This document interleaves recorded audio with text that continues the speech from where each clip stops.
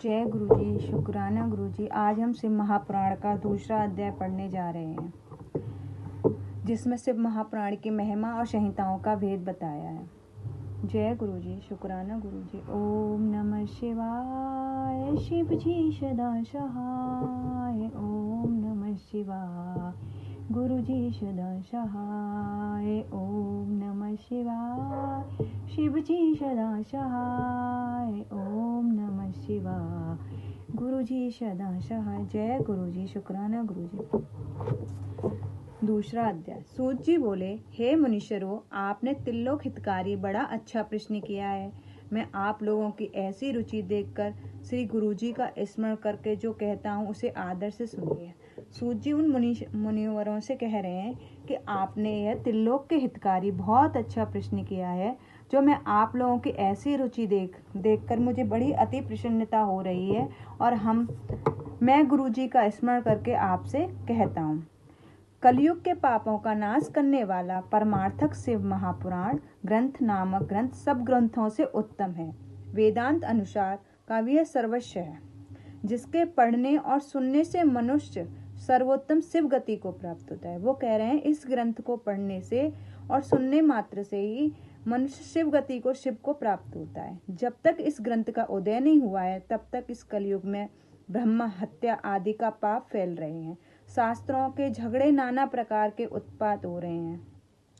Crew यम के भट्टों की निर्भयता है, तीर्थों का विवाद है, सत्य, दान और देवताओं की मान्यता संबंधी विवाद तभी तक महितल पर हो रहे हैं जब तक कि शिव महापुराण का पृथ्वी पर उदय नहीं होता। जब यह प्रत्यक्ष हो जाएगा कि शास्त्रों के परस्पर झगड़े आदि सब इसकी गर्जना से समाप्त हो जाएंगे, क्योंकि भगवान वेद व्यास के कहे हुए इस पुराण का बहुत बड़ा महत्व है। इसके कीर्तन और श्रवण का से जो फल प्राप्त होता है वह सब मैं तो नहीं कह सकता, किंतु इसका कुछ महात्म्य है, मैं आप लोगों से कह सकता हूँ। ध्यान देकर सुनिए। इसमें मैं अपनी ओर से कुछ नहीं कहूँगा, जो व्यास जी ने कहा है वही कहूँगा। व्यास जी ने कहा, यदि शिव महापुराण का एक या आधा श्लोक भी पढ़ेगा तो वह सब पापों से छूट जाएगा। वो कह रहे हैं, सूत जी कह रहे हैं, यदि इसका कोई आधा या एक श्लोक पढ़ेगा तो सारे पापों से छूट जाएगा, और यदि सावधानी से संपूर्ण पढ़े, इसको पूरी पढ़े, तो वो जीवन से ही मुक्त हो जाएगा और इसके अनुसार आचरण करे, इसके अनुसार बताए गए रास्ते पर चले, तो एक ना एक दिन वो एक अश्वमेध फल पाएगा। यदि कोई दूसरे शिव महापुराण की पूजा करे या कोई व्यक्ति शिव महापुराण की पूजा करे तो वह सब देवताओं की पूजा के समान फल प्राप्त करे, इसमें कोई संदेह नहीं है। क्योंकि शिव संहिता नामक इस सुधा को स्वयं श्री शिव भगवान ने उपनिषद रूपी समुद्र को मथ कर से उसमें से निकाला था। अतः जो इसका पान करेगा वह निश्चय ही अमर हो जाएगा। यदि कोई एक मास से पढ़े तो ब्रह्म हत्या आदि की पापों से वह मुक्त हो जाएगा, और शिवालय में अगर यदि कोई एक मास मतलब एक महीना पढ़े तो जिसने ब्रह्म हत्या की वह पापों से मुक्त हो जाएगा, और शिवालय में पढ़े और शिव जी के मंदिर में पढ़े या बिल्व या बेलपत्र के वन में जाकर संहिता को पढ़ेगा, वह अद्भुत फल को लाभ करेगा। श्री भैरव जी की मूर्ति के सामने इसका 3 बार पाठ करता है।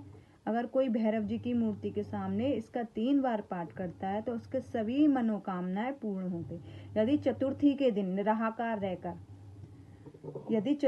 दिन व्रत रहकर बेलपत्र के मूल के नीचे, बेलपत्र के पेड़ के नीचे बैठकर इसे पढ़े तो शिव जी की महिमा और पूजा के समान है, और उसकी देवता भी पूजा करते हैं।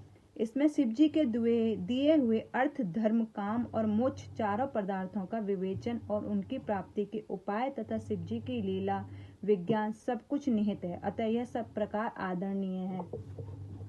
वेद और ब्रह्मा जी को सम्मति के अनुसार शिव जी ने पहले इस शिव महापुराण की रचना की। विद्वेश्वर संहिता, रुद्र संहिता, विनायक संहिता, उमा संहिता, मात्र संहिता, एकादश रुद्र संहिता, कैलाश संहिता, शतरुद्र संहिता, कोटि रुद्र संहिता, सहस्त्र कोटि रुद्र संहिता, वायव्य संहिता और धर्म संहिता, इतनी संहिताएं इस पुराण में सम्मिलित हैं। ये सभी पुण्यतर हैं। इसमें विद्वेश्वर और रुद्र, विनायक, ये तीनों संहिता 10,000 तथा और मात्र ये दोनों 8-8 हजार, एकादश रुद्र संहिता 13,000, कैलाश सहित 6,000 और शतरुद्र 3,000, कोटि रुद्र 9,000, सहस्त्र रुद्र 11,000, वायवी संहिता 10 और 1000 और धर्म संहिता 12,000 कुल 1,00,000 श्लोकों का शिव महापुराण है। यह जितनी भी इसमें बताए गए हैं वो 1,00,000 श्लोक हैं, परंतु इसे शिव जी ने केवल 24,000 का ही सबके लिए रख दिया और पुराणों में चौथा पुराण कहा जाता है। परंतु अब इसमें 7 संहिता प्रधान है, अन्यथा सृष्टि के आरंभ में शिव जी ने इसे 100 करोड़ श्लोकों में कहा था। अब ये 24,000 संख्याओं वाला शिव महापुराण केवल इन 7 संहिताओं में शेष रह गया है, मतलब 7 संहिताओं के अंदर ही रह गया है।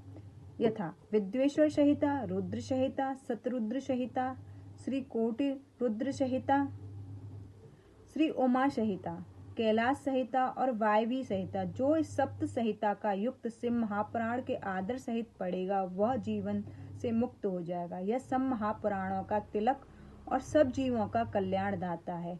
इसमें वेदांत और विज्ञान सब कुछ पूर्ण है जो निहित है। इसमें परम आदर से पढ़ने वाला शंभु को प्रिय और परम गति को लाभ प्राप्त करता है। बोले शिव महापुराण विद्वेश्वर संहिता का 2रा अध्याय समाप्त। 3रा अध्याय शिव महापुराण विद्वेश्वर का 3रा अध्याय। मुनियों जी को ब्रह्मा जी का उपदेश। श्री व्यास जी बोले, सूत जी को ऐसा कहने पर उन समस्त ऋषियों ने कहा, हे मुनि महामुनि सूत जी, यदि आप हमें अद्भुत वेदांत अनुसार महाशिव महापुराण